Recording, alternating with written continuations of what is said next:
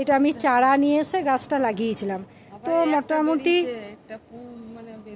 হ্যাঁ, এইগুলো দেখো আগের বারে আমি 2টো তুললাম, এইবারে 3টে তুলবো। তো এইটা আগে তুলতে হবে, এইটা আগে তুলতে হবে, কেন এইটা কিছুদিন আগেই হয়েছে, তাই এইটা আগে তুলে নিতে হবে। ওইদিকে দাঁড়াও দেখাচ্ছি, ওটা আগে তুলে নেবো, তারপরে এই দিকে দেখো। হ্যাঁ, এইটা আগে পেকে, এইটা খুব তাড়াতাড়ি পেকে যাবে, কেন এটা হয়ে গেল আর কিছুদিন।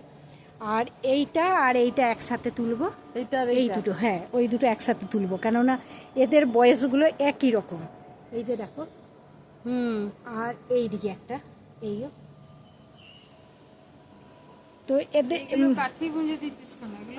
এইগুলো দিয়েছি। গাছটা এইভাবে না বাঁধলে, আমাকে একজনা বলেছিল যে এইভাবে না বাঁধলে এটা হবে না। তো আমি এটা গাছটা আমি চারা নিয়ে এসে বসিয়েছিলাম। তো আজ 3 বছর হয়ে গেল। আমি প্রথমে যত্ন করতাম, তারপরে যখন দেখতাম যে না হচ্ছে না, তখন যত্ন করাই ছেড়ে দিলাম। তো অযত্নেই বরং এখন দেখছি হচ্ছে, এরপরে একটু যত্ন নিতে হবে।